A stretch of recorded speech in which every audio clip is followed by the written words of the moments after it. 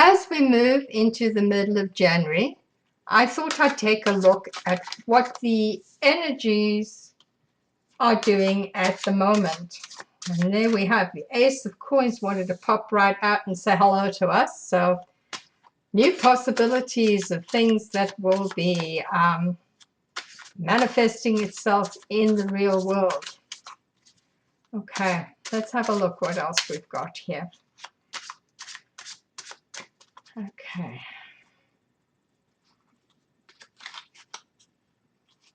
Okay, ready to go?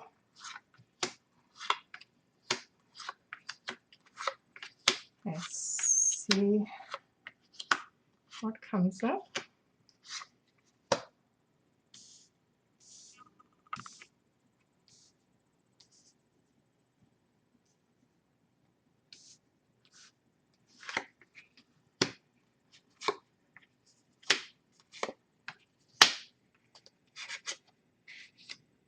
Move that over just a little bit. All right. And we have at the bottom of the deck the Knight of Wands, that passionate, forward-moving knight who's ready to go into battle and slay the dragon.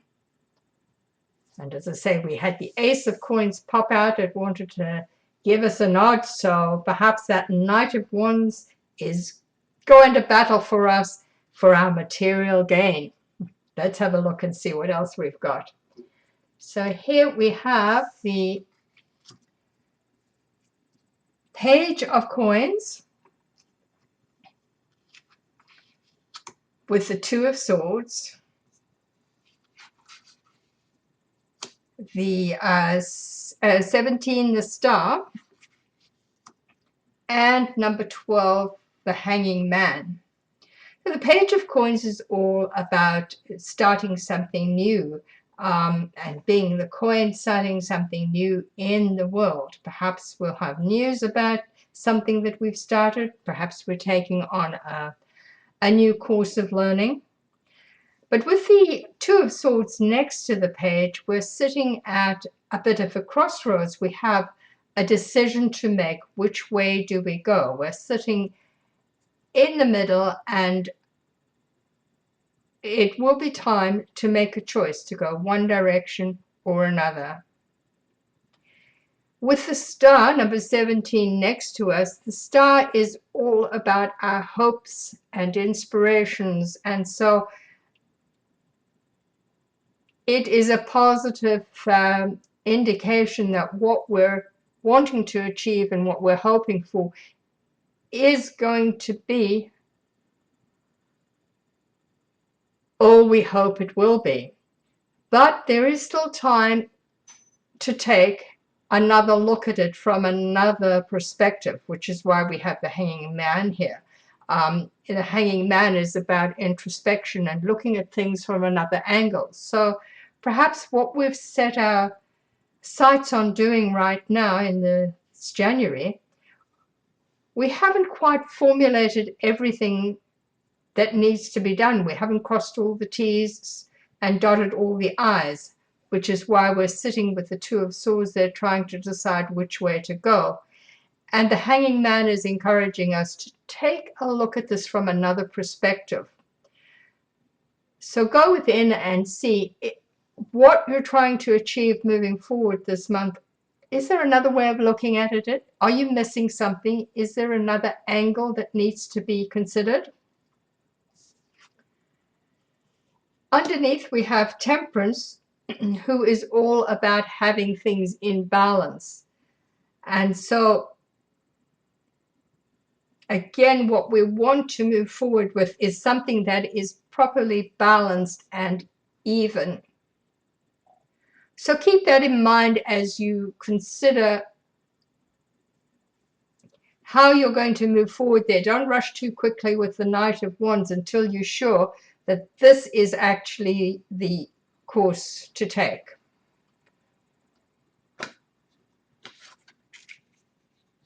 Here we have the Emperor above us. So the Emperor is there. I mean, he's the Emperor. But he is also about structure and form.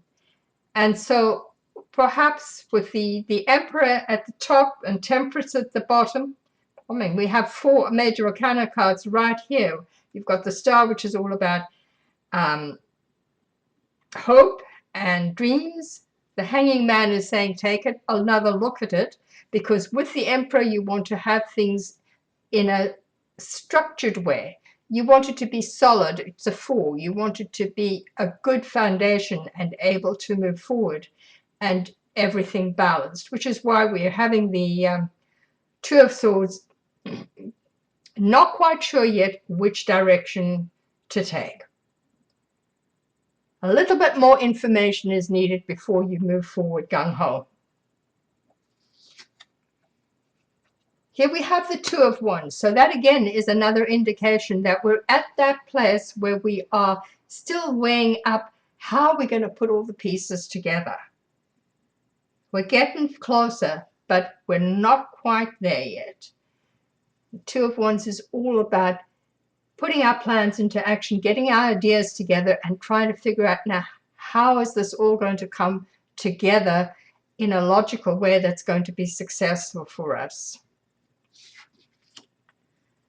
We have the 9 of Swords, which so often comes up when we're trying to create something new. It's in our heads, we're worrying about it, we have sleepless nights. Am I doing the right thing? Am I not doing the right thing? But keep in mind that the 9 of Swords, being swords, is about our thoughts and what's going on in our heads. So try and find ways to alleviate that worry by taking the time to actually figure out what the steps what the steps you need to take are. Okay, what have we got here? We've got the Ace of Swords. Brilliant. Which indicates to us that we are going to have clarity of thought. If we just take the time to get out of our own heads and stop worrying about it and take a couple of deep breaths, maybe a meditation or a little time in retrospection. I mean, it's echoing in what we have with the Hanging Man. We will have that clarity of thought as to what the best way to move forward is. But in order to get there, we need to take the time and we need to still that worried mind of ours, because that's going gung-ho at the moment. What else do we have here? We have the Chariot. The Chariot is poised, ready to move, but it won't move until we have this part sorted out. Next to the Chariot, we have the 6 of Cups. What might be holding us back is if we keep looking back towards the past. Are we stuck with how we did things before or what happened to us in the past? It's time to have a really clear idea of what is happening for us here in the present and what's just all in our heads. The past, as wonderful as it is, or as it was, is still the past. It's not where we are now. So let's move into the present and make our choices based on what present circumstances are. Not what past circumstances were, but what present circumstances are. And be open to the idea that success is on the horizon. And there it is. There I said success is on the horizon. There's the happiness card right there. As with anything, you're starting something new, perhaps it takes a little bit of time to sort things out. So the caution is not to rush into quickly and do things until you have all your I's dotted and your T's crossed, for want of another expression, but not to get ourselves caught up with the worries of 9 of Swords. Remember, we have the potential for clarity of thought if we just pay attention to it.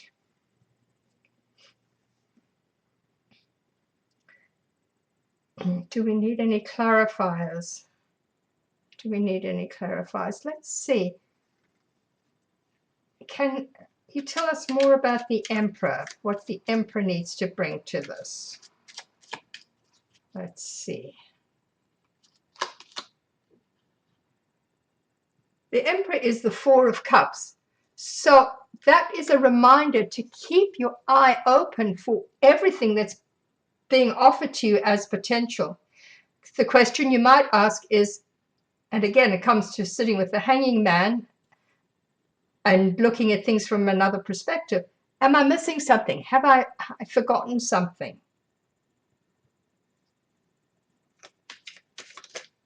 Tell me more about the Two of Swords if you can, please. Two of Swords, Two of Swords. What else do I need to know about the Two of Swords? Two of Swords, okay. This one?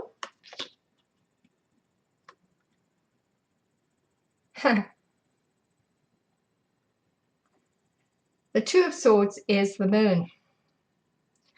And of course, with the moon, it's things are hidden. So that points again, until you make a decision, you want to have all the facts in hand. Things are not clear. And with this Four of Cups next to the Emperor, it would indicate to me that the information is available. Just go within and look at it from another perspective.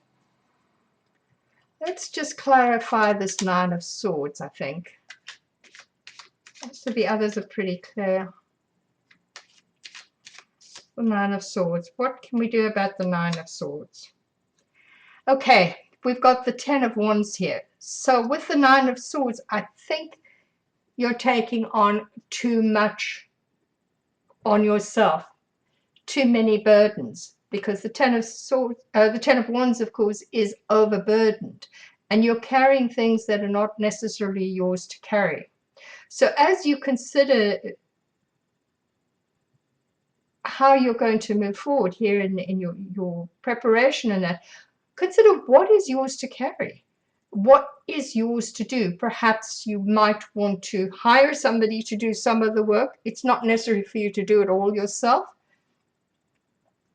Perhaps you want to go into a collaboration with some other people. Perhaps you're in a team and you're the one who's carrying all the burdens. It's going to be a little bit different for everyone depending on your circumstances and what you're trying to achieve. But definitely, part of this worry is that you are overburdened. So consider where you might be able to let go of those burdens. Anything else I need to know? Anything else? No, that's it. Okay. Let's pull an angel card just for a message from the angels to round this out.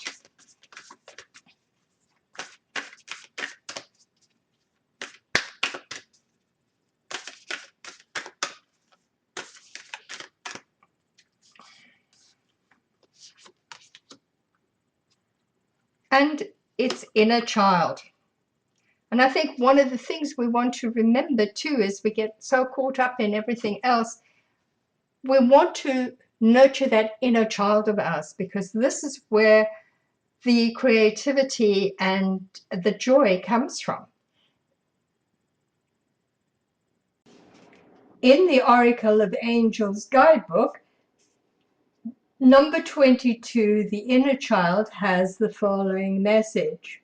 Within each of us dwells an inner child, that part of us who remains small, innocent, and playful, while the rest of us grew up.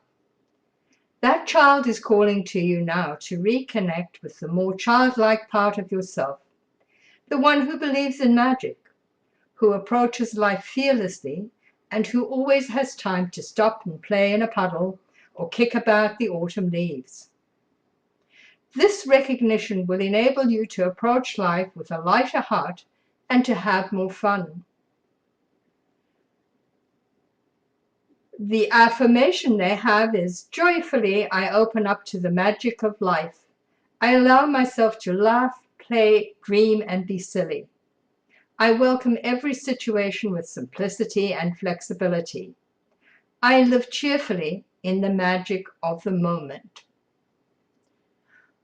Consider for a moment why this is the message that's come up for you today.